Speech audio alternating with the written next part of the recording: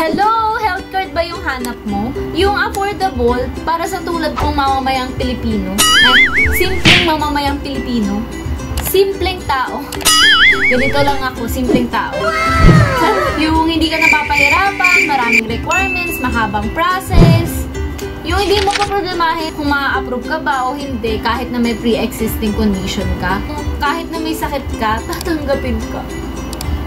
Yung hindi ka na pag-aantayin pa ng matagal. 15 days lang, activated na.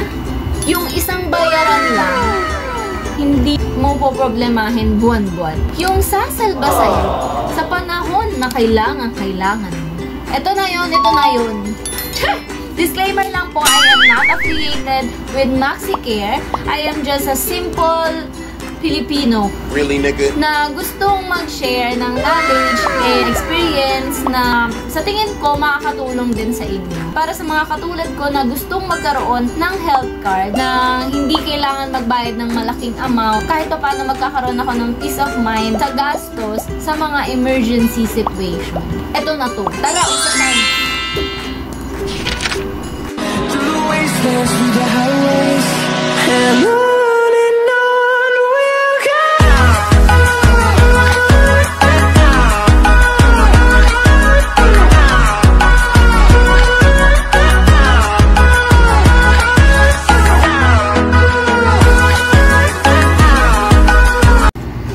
Hi guys! Welcome back to my channel, and kung bago ka lang sa channel ko, thank you sa effort na i-click itong video.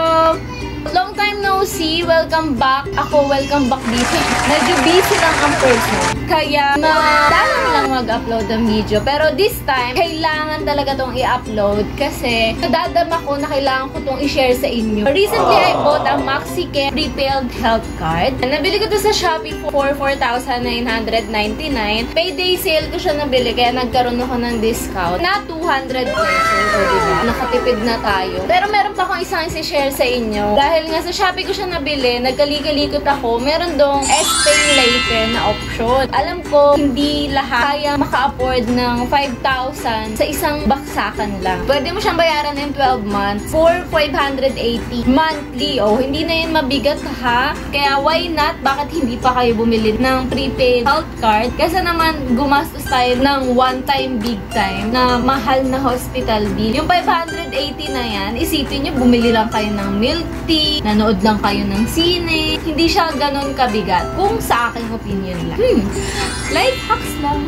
Dito, para ka lang sumugal. Pag nagamit mo, edi panalo ka. Pero kapag hindi mo nagamit, mas lalong panalo ka. Imagine, hindi ka na-confine sa loob ng isang taon. Mas good news yun, diba? Before ka nga bumili nito, make sure mo na yung malapit na hospital sa inyo, affiliated kay MaxiCare. Ano nga ba si MaxiCare eReady Advance? This is a prepaid health card that provides one-time coverage na up to 50,000 sa mga emergency cases na kailangan mo talagang ma-confine. Bukod pa doon, meron tong free and unli consultation sa lahat ng MaxiCare primary care clinic nationwide. And free 24/7 teleconsultation. O diba? Sa check-up pa lang, panalo ka na. Ang check-up ngayon, nagre-range na ng 350 to 1,000. Isang beses pa lang yun. May mga follow-up check-up pa. And meron itong accidental life insurance, dismemberment, and disablement worth up to 50,000 pesos din. Bukod pa ito, dun sa 50,000 na mako-cover nila kapag na-confine ka. So, malaking bagay na to kasi yung mga ganito accidental death insurance, makakuha mo siya sa ibang insurance company na medyo pricey, tapos babayaran mo pa monthly. Eligible dito yung age 15 days old up to 65 years old. So, diba, sa ibang insurance, bawal na yung mga senior citizen or mas mahal na yung presyo kapag senior citizen. Dito, isang beses mo lang babayaran. Cover pa yung mga vulnerable ages. Paano ba maka-avail nito? Makaka-avail tayo nito sa mga agent ni MaxiCare. Pwede din online. And pwede din sa tulad ko sa Shopee. For sure, halos lahat tayo marunong naman gumamit ng Shopee. Just an ordinary day lang na mag-check out ka. Ganun lang yung process niya. May darating sa'yo na card, provided yung info ng isang agent, kukontakin mo siya, she will provide you the reference number na i-indicate mo dito sa process na to. Ganito yung gagawin mo. So, ayan, magre-register tayo. Ito yung website, memberviewpoint.maxicare.com.ph. Ito yung makikita nyo doon. Nakalagay dito, register your prepaid card now. Step 1, lalagay nyo yung reference code na binigay sa inyo no agent.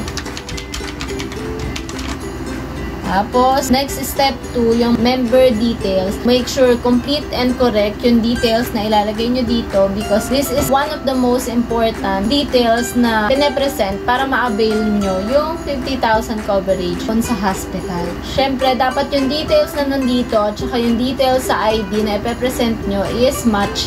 Okay? First name, middle name, last name, ganyan. 3 additional information, your address, contact number. Make sure na yung ilalagay nyo dito ang contact number and yung email address is active for the updates ng MaxiCare. Dito sila mag-chat. Tapos, nandito yung agreement. Ayan, babasahin nyo lang yung terms and condition nila, privacy and policy. I-click nyo lang yung dalawa. Tapos, tsaka nyo i-click yung activate. Nakalagay dun sa welcome message, welcome! Ayan, text or email daw sila within 24 hours. Ayan yung nakalagay sa kanilang welcome message. After 15 days, activate na yung card mo. Then, pwede mo na siyang gamitin within 1 year. For example, January 31 ka nag-register. Activate ang card mo after 15 days, February 15. Tapos from February 15, dun mo na pwedeng gamitin yung card mo. Meron ba silang card na ibibigay? Sa Shopee, makikita mo, merong mga card na binibigay. Pero ngayon, nag-iba na. Wala nang ganun printed card na ibibigay. Through email na lang yung mga card na yun. Tapos may card number doon. Paano nga ba ito gamitin? In case na-confine ka, sa araw ng confinement mo, yun na yung isa sa una mong ipaprocess. Sasabihin mo dun sa hospital na gagamitin mo yung health card mo, tapos ipaprovide mo yung details ng e-card mo. E-card, ibig sabihin electronic, nasa email mo siya, paprovide mo yung bonon, number, tapos magpaprovide ka ng ID. Kung sino yung naka-register doon sa MaxiCare, yun din yung ipaprovide mong ID. For example, ang bumili sa Shopee, ako. Ang niregister ko, yung father ko. Kailangan, ang ibibigay mo kung sino yung niregister mo, provided with one valid ID. Hindi yung ilalagay mo, yung bumili sa Shopee. Walang ganon. Tapos sila na yung process nun kay MaxiCare. Automatic na mag-redact up to 50,000 sa amount ng hospital bill mo. For example, ang hospital bill mo is 50,000. So, ayun, wala na siyang tira. Simot na simot. Another example is 55,000 naman yung bill mo. Up to 50,000 lang yung coverage ni MaxiCare. 55,000 na bill mo, ililess natin yung cover ni MaxiCare na 50,000, tas iba pa kung may cover pa doon si PhilHealth. For example lang, may matitirang 5,000. Yung 5,000 na yun, cash mo siyang babayaran. Another example is, ang bill mo lang sa hospital is 40,000. Pero ang coverage nga ni MaxiCare is 50,000. Yung sumobrang 10,000, hindi mo na siya magagamit. Hindi siya convertible to cash. Once na nagamit mo na siya, doon na nagtatapos yung connection yung dalawa for the emergency cases. Pero, para dun sa life insurance, yung accidental death insurance, naglalast siya up to 1 year from the date of activation. Sa loob ng 1 year, tas nagamit mo agad, pwede ka bang bumili ulit? Is yes, you can buy another one or more within 1 year after 15 days ng availment nung last na health card mo. For example, nagamit mo siya dahil na-confine ka nung March 1. Pwede ka pang bumili ulit, by March 16 ka pa pwede mag-register ulit. After 15 days pa ulit, magiging active yung bagong card mo na yun. That is April 1. Meron siyang exclusions and limitation. Ayan, yung mga nakasulat dyan.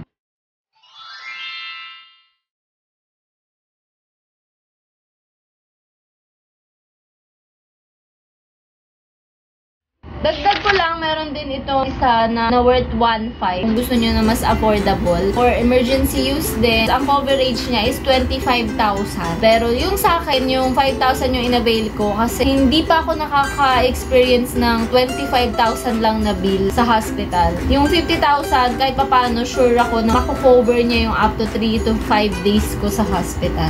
Yung mga 25,000 usually, yung hindi ka na-confine, yung hindi ka nag-avail ng room. Kasi yung sa mga room pa lang, sa professional fees, kulang-kulang talaga 50,000 yung aabutin. So yun lamang po, I hope it helps. Mag-upload pa po ako ng maraming videos. Marami ko talagang nakapila na video, hindi ko na talaga ma-edit, ma-upload. Pasensya na. If you have more question, mag-comment lang kayo. If alam ko, syempre sasagutin ko.